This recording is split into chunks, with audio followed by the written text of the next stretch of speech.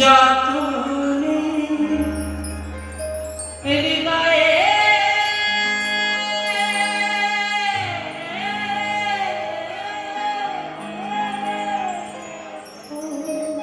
সকালবেলা একেবারে সকাল হয়েছে, সেই সময় মন্দিরে গিয়ে গাইছে আদরে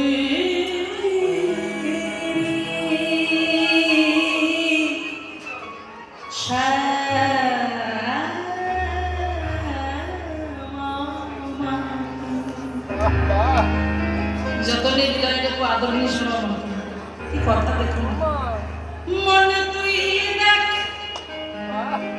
মন যে বড় চঞ্চল বড় দুষ্ট মনে তুই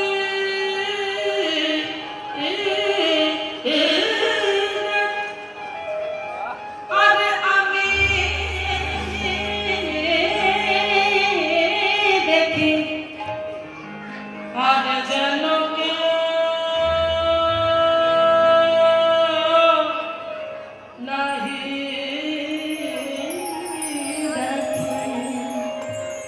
যতনে হৃদয়ে আমার আদরিনী শ্যামাকে কে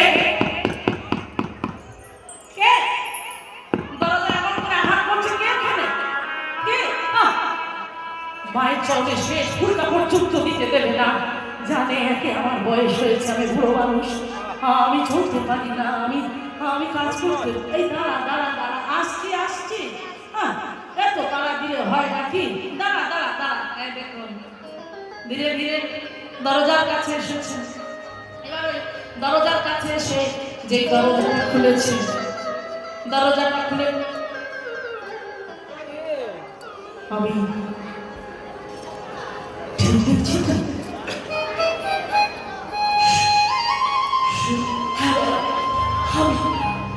আমি তোমার সুরতা, কি বলছিস তুই?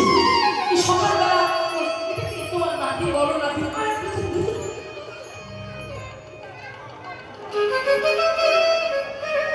বাড়ির সব ঠিক আছে তো?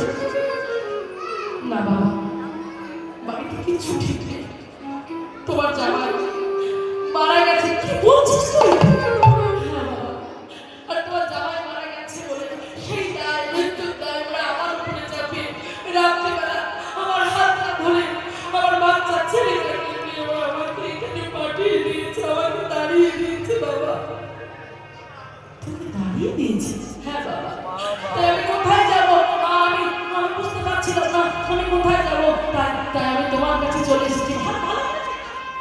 ভালো করেছিস। শোন, এটা তোর বাড়ি, তোর যখন মন চাইবে তুই তখন এসে থাকবি, এর জন্য আমাকে কিছু বলতে হবে না।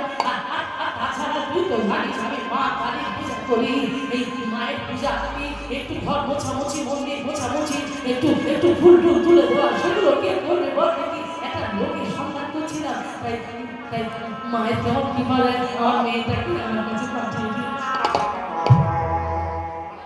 সুনন্দা, তুই চিন্তা করিস না, আজ থেকে তুই সব মায়ের কাজ করবি আর তোর ছেলেকে আমি দেখবো। হ্যাঁ বাবা, এইভাবে